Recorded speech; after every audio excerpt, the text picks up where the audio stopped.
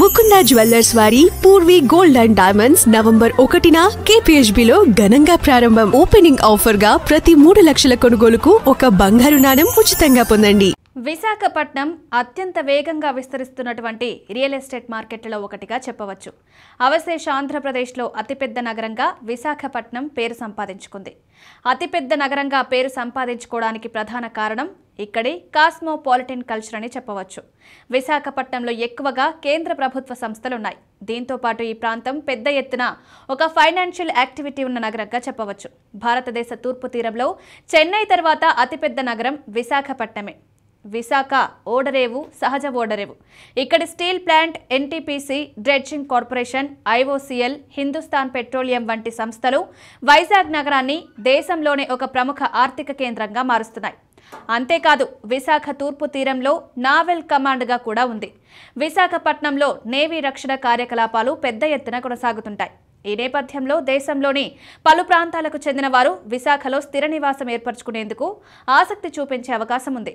ఈ కారణంగానే విశాఖపట్నంలో పెద్ద ఎత్తున రియల్ ఎస్టేట్ రంగం అభివృద్ధి జరుగుతుంది. ఆంధ్రప్రదేశ్ విభజన తర్వాత హైదరాబాద్ నగరం తెలంగాణ రాష్ట్రానికి రాజధానిగా మిగిలిపోయింది. ఈ నేపథ్యంలో అవశేష ఆంధ్రప్రదేశ్ రాష్ట్రానికి విశాఖపట్నంని అభివృద్ధి చేయడం అనేది తక్షణ అవసరంగా మారిందని చెప్పవచ్చు. ఎందుకంటే విశాఖ నగరం రెవెన్యూ జనరేషన్ చేసే అవకాశం ఉన్నటువంటి పట్టణం. ముఖ్యంగా IT రంగం, లాజిస్టిక్స్ రంగం కలగలిపిన అభివృద్ధి ఈ ప్రాంతంలో చేసే అవకాశం ఉంది. తూర్పు తీరానికి అతిపెద్ద లాజిస్టిక్స్ హబ్గా విశాఖపట్నం పేరు ఉంది. ఈ నేపథ్యంలో విశాఖ నగరం అభివృద్ధి చెందడానికి అన్ని రకాలుగా ఆస్కారం ఉందని చెప్పవచ్చు. అయితే విశాఖపట్నం గ్రేటర్ విశాఖపట్నంగా మారిన తర్వాత చుట్టుపక్కలున్న మున్సిపాలిటీలు, పల్లెటూర్లు సైతం అభివృద్ధి బాట పట్టాయి. అంతర్భాగంగా మారినటువంటి అనకాపల్లి పట్టణం అత్యంత వేగంగా అభివృద్ధి జరుగుతుందని చెప్పవచ్చు. భవిష్యత్తులో అనకాపల్లిలో పెద్ద ఎత్తున రియల్ ఎస్టేట్ రంగం స్థిరపడే అవకాశం కనిపిస్తోందని నిపుణులు పేర్కొంటున్నారు. ముఖ్యంగా ఈ ప్రాంతంలో పెద్ద ఎత్తున పరిశ్రమలు స్థాపించే అవకాశం ఉందని కూడా నిపుణులు అంచనా వేస్తున్నారు.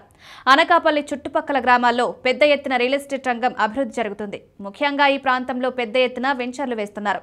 ప్రస్తుతం భూముల రేట్లు ఇతర ప్రాంతాలతో పోల్చి చూస్తే తక్కువనే ఉన్నాయని నిపుణులు పేర్కొంటున్నారు. అయితే భవిష్యత్తులో మాత్రం చక్కటి విలువ వచ్చే అవకాశం ఉందని నిపుణులు పేర్కొంటున్నారు.